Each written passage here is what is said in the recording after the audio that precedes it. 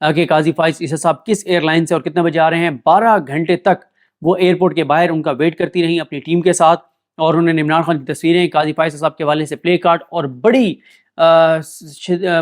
بہت بڑی ان کی تیاری تھی قاضی صاحب کے سامنے احتجاج ریکارڈ کرانے کی. لیکن خیر قاضی صاحب کی شاید اس دن قسمت اچھی تھی کہ سارا گلگتی اور ان کی ٹیم سے تو ان کا آمنا سامنا نہیں ہو سکا, کیونکہ جو وہاں پہ پاکستانی ہائی کمیشن ہے انہوں نے قاضی صاحب کو جو ہے وہ وہاں سے بیک ڈور سے وہاں سے نکال دیا. اور یہاں پہ رک کے آپ کو یہ بھی بتا دوں کہ قاضی صاحب جب لاسٹ ڈے تھا ان کا سپریم کورٹ میں, تو وہ بھی آپ ویڈیوز دیکھ چکے ہیں کہ کس طرح سے ان سے سوالات ہوئے, کتنا ان کو ٹف ٹائم ملا, اور کتنے وہ بے بس تھے, کتنی ان کی بے بسی تھی. ان کی تیسری بے بسی وہ تھی جو قاضی فائز صاحب کی اس دن تھی, کیونکہ اس سے پہلے میں نے ان کو پورے ٹینیور میں 2 بار بے بس دیکھا تھا. پہلی بار میں نے پورے قاضی صاحب کے ٹینیور میں ان کو پہلی بار بے بس دیکھا تھا جس دن ان کے سامنے فیصل واڈا پیش ہوئے تھے. اس دن قاضی صاحب بالکل بے بس تھے اور بالکل ان کی نظریں جھکی ہوئی تھیں, اور وہ بالکل ان کے جو ہے وہ کوئی ان سے بات نہیں ہو پا رہی تھی, اور بالکل وہ لیٹے ہوئے تھے. دوسری بار ان کو بے بس دیکھا گیا تھا جس دن مبارک ثانی کیس تھا, اس دن وہ بے بس تھے. تیسری بار اس دن وہ لاسٹ جو ان کا ڈے تھا سپریم کورٹ میں, جمعے والا دن, جس دن انہوں نے وہ مقبرے اور قبروں کا افتتاح کیا, اس دن ان کی بے بسی تھی. اور آج چوتھی بار ہم نے ان کی بے بسی دیکھی ہے جب وہ اس طرح سے گاڑی میں سر جھکا کے لیٹ کے, اور قاضی صاحب جو ہے وہ جا رہے تھے اور بھاگ رہے تھے. ان کا آج بھی جو ہے وہ ویٹ کیا, شایان نے, ان کی ٹیم نے, انہوں نے وہاں ان کا ویٹ کیا کہ وہ کب نکلیں گے. قاضی صاحب پہلے اندر بہت زیادہ انتظار کرتے رہے کہ کسی طرح سے لوگ باہر چلے جائیں, لیکن ان کے پاس بھی انفارمیشن پکی تھی کہ قاضی فائز صاحب اندر ہیں. جیسے ہی, اور آپ دیکھیں نا کہ جب گیٹ کھلا تو انہوں نے پہلے ہی کہنا شروع کر دیا کہ قاضی آ گیا ہے.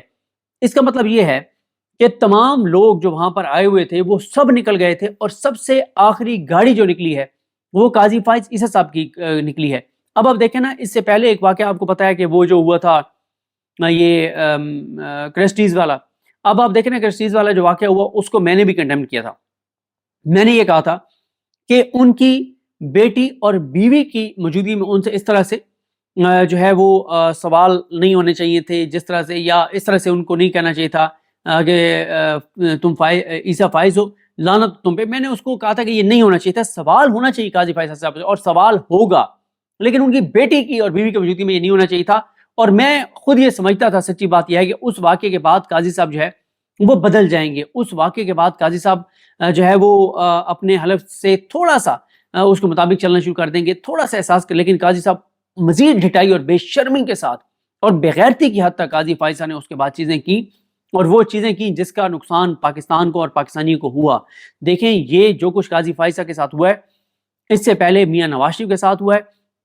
میاں نواز شریف صاحب جو ہیں ان کی بھی ایک جو یہ ویڈیو ہے, پہلے آپ میاں نواز شریف صاحب کی بھی ایک ویڈیو اور سامنے آئی ہے میاں صاحب کی, ذرا یہ ویڈیو دیکھ لیجئے تو پھر بات کرتے ہیں.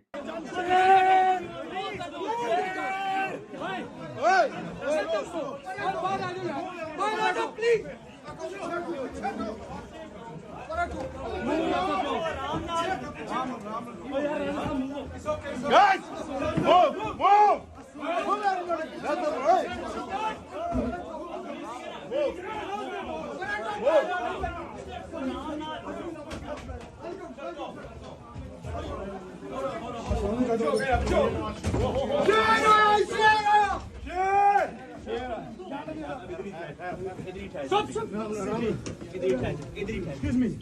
کوئی آگے نہ آئے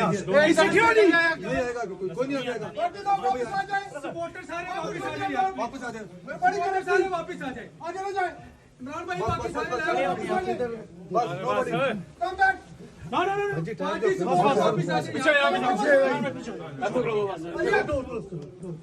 یہ آپ نے دیکھی میاں نواز شریف صاحب کی ویڈیو, جو کچھ ان کے ساتھ ہوا ہے. اور یہ تو ایک ویڈیو ہے, درجنوں ایسی ویڈیوز ہیں, اور لوگ جو ہے وہ ان کے فلیٹس کے اندر گھسے ہوئے تھے, چاہے وہ ان کے اپنے تھے یا پروٹیسٹر تھے, یہ نہیں پتا. یعنی یہ ان کے ساتھ ہوا. پھر آپ نے دیکھا کہ جب وہ یو ایس وہاں سے گئے, یو کے سے, وہاں پہ بھی اوورسیز پاکستانی پہنچے ہوئے تھے. یہ یعنی سبق ہے کہ جو بھی پاکستان کے ساتھ بے وفائی کرے گا, نہ اس کی زندگی کو یو کے میں سکون ہے, نہ اس کی زندگی کو یو ایس میں سکون ہے, نہ مطلب آپ دیکھیں کہ حالانکہ نہیں ہونا چاہیے جب خانہ کعبہ کی حدود میں کوئی ہو, مسجد نبوی کی حدود میں ہو,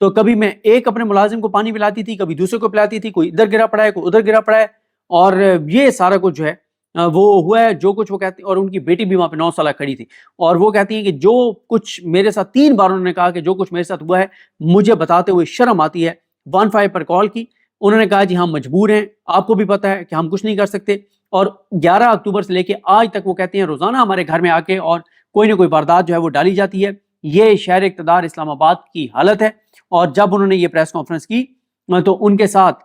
جو عمر ایوب صاحب تھے، سلمان اکرم راجہ صاحب تھے، اسد کیسر صاحب تھے، عامر ڈوگر صاحب تھے، حسن اللہ خان مستی خیل صاحب، اور فردوس شمیم نقوی صاحب، اور اخنزادہ حسین احمد تھے. اور بڑی سخت وہاں پہ عمر ایوب صاحب نے گفتگو کی، سلمان اکرم راجہ صاحب نے گفتگو کی، شیخ وقاص اکرم صاحب نے اس کے بعد پریس کانفرنس کی. دیکھیں ایک بات بالکل ٹھیک کر رہے ہیں سلمان اکرم راجہ صاحب. سلمان اکرم راجہ صاحب آج کل بہت زبردست ایک بات کرتے ہیں. وہ کہتے ہیں یہ مسئلہ پی ٹی آئی کا نہیں ہے، یہ بحیثیت پاکستانی ہم سب کا مسئلہ ہے. کہ اور مجھے یاد ہے ایک خطاب ان کا علامہ راجہ ناصر عباس صاحب کا، اور علامہ راجہ ناصر عباس صاحب نے بڑے زبردست دلائل کے ساتھ یہ 9 اور 10 محرم کی درمیانی رات انہوں نے جامع امام صادق میں ایک خطاب کیا تھا، جس میں G9 میں، جس میں انہوں نے یہی کہا تھا کہ کربلا کا پہلا سبق بھی یہی ہے کہ آپ اپنے معاشرے سے کٹ کے نہیں رہ سکتے، آپ ارریلیونٹ نہیں ہو سکتے کہ آپ کہیں کہ میرے معاشرے کے اندر انسانوں کے ساتھ، مسلمانوں کے ساتھ جو کچھ بھی ہو رہا ہے مجھے اس سے کوئی فرق نہیں پڑتا، ہوتا رہے. کم از کم ہم اتنا تو کر سکتے ہیں کہ ہم کسی چیز کو کنڈیم کر سکتے ہیں. اور کل میں دیکھ رہا تھا کہ شاہ زیب خانزادہ کے پروگرام میں آدھا گھنٹہ اس نے انٹرویو کیا ہے شیر افضل مروت صاحب کا، اور ایک لفظ نہیں بولا اس نے اس کے اوپر جو حاجی امتیاز صاحب کی بھابھی کے ساتھ ہوا، اعجاز چودھری صاحب کی اہلیہ کے ساتھ ہوا. اور حیران کن طور پر شیر افضل مروت صاحب نے بھی کوئی بات نہیں کی. حالانکہ پی ٹی آئی سے گئی گزری مطلب کوئی پاکستان کی گئی گزری جماعت بھی ہوتی تو اس کا نمائندہ بھی جب کسی ٹی وی چینل پر جاتا اور اس سے پی ٹی آئی کی اندرونی لڑائیوں کی بات ہوتی تو وہ کہتا ہے یار تمہارا دماغ خراب ہو گیا، تم پاگل ہو گئے ہو، آج اتنا بڑا ایک پریس کانفرنس ہو گئی تم اس پہ بات نہیں کر رہے، اور تم ہماری انٹرنل لڑائی کے اوپر بات کر رہے ہو. کوئی ہماری انٹرنل لڑائی نہیں ہے، ایک معاملے کے اوپر ہم سب متحد کھڑے ہیں، اور وہ ہے جہاں پہ اس طرح کا سلوک کسی کے ساتھ بھی ہوگا، چاہے اس کا تعلق تحریک انصاف سے ہو یا نہ ہو. دوسرا جو بشرا بی بی کے ساتھ ہوا، جو عمران خان کے ساتھ جو ہوا، جو عمران خان کی بہنوں کے ساتھ جو کچھ ہوا، جو لوگ اندر ہیں، یاسمین راشد صاحب ہوں، اعجاز چودھری ہوں، عمر سرفراز چیمہ ہوں، محمود رشید ہوں، 85 لوگ جو دیگر حراست میں ہیں، حسان نیازی ہوں، حیدر مجید ہوں، ان کی آپ بات کریں. مطلب پی ٹی آئی کے ان لوگوں کو داد دیجئے، ان کو کوئی تمغہ دیجئے، ان کو کوئی اعلیٰ اعزاز سے نوازیے، ان کو اپریشیٹ کیجئے، ان کو شاباش دیجئے، جو کل بھی ٹی وی چینلوں پہ جا کے اور پی ٹی آئی کی انٹرنل لڑائیوں کے اوپر جو ہے وہ بات کر رہے تھے، بجائے ان چیزوں پر بات کرنے کے جن چیزوں پر بات ہونی چاہیے. تو یہ پی ٹی آئی کی حالت ہے. پھر پی ٹی آئی پہ تنقید کریں تو کچھ لوگ کھڑے ہو جاتے ہیں کہ جی فلانا باریک واردات ڈال رہا ہے تو فلانا باریک واردات ڈال رہا ہے. مطلب اس سے زیادہ شرمناک بات کیا ہو سکتی ہے کہ جس دن پی ٹی آئی کے یہ حاجی امتیاز کی بھابھی کی پریس کانفرنس میں بات ہونی چاہیے، اور شاہ زیب خانزادہ اسی پریس کانفرنس میں سے ایک کلپ نکال کے اپنے نیریٹو کے حق میں استعمال کر رہا ہے، وہ چلا رہا ہے، لیکن وہ پریس کانفرنس کیا تھی، کیوں تھی، کیا تھی، اس کے اوپر بات نہیں کر رہا. اور پی ٹی آئی کے لوگ بھی وہاں جا کے پی ٹی آئی کی انٹرنل لڑائیوں کے اوپر انٹرویوز دے رہے ہیں. تو یہ پی ٹی آئی کے اس وقت حالات ہیں اور صورتحال ہے. ایسے لوگوں کو اگر پی ٹی آئی کا کوئی بندہ جا کے اور وہاں پہ جا کے اور پی ٹی آئی کے اندرونی معاملات پہ جب عمران خان صاحب نے کیٹیگوریکل کہہ دیا کہ ہم انٹرنل معاملات پہ کوئی بات نہیں ہوگی، تو آپ کہیں گے جی کوئی ہماری انٹرنل لڑائی نہیں ہے. ایک ظاہر ہے عمران خان صاحب کے ساتھ رابطہ منقطع ہوا، ایک کرائسس کھڑا ہو گیا، وہ چیزیں اندرونی طور پہ اخلافات بھی ہوئے، اب ختم ہو گئے، اصل باتوں پہ ایشوز پہ بات کریں، اس پہ بات نہیں ہے. اور مزے لے کے تحریک انصاف کے رہنما جو ہیں وہ انٹرویوز دے رہے ہیں اس کے اوپر جو پی ٹی آئی کی انٹرنل لڑائی ہیں. تو یہ جہاں پہ حالت ہوگی پی ٹی آئی کی، تو آگے پھر عمران خان باہر لے آئیں آپ انقلاب، لے آئیں آپ تبدیلی، گرا دیا آپ نے اس حکومت کو، جہاں پہ آپ لوگ خود اس حکومت اور اس نظام کے پرپس کو سرو کر رہے ہیں، جب آپ پی ٹی آئی کی انٹرنل لڑائیوں پہ اتنے لمبے لمبے انٹرویوز دے رہے ہیں اور آپ اس چیز پہ بات نہیں کر رہے جس چیز پہ بات کرنی چاہیے. لیکن خیر دیکھتے ہیں جی چیزیں کیسے آگے بڑھتی ہیں. مجھے اپنی دعا میں یاد رکھیں. اللہ ہم سب کا حامی ناصر ہوں. اللہ حافظ.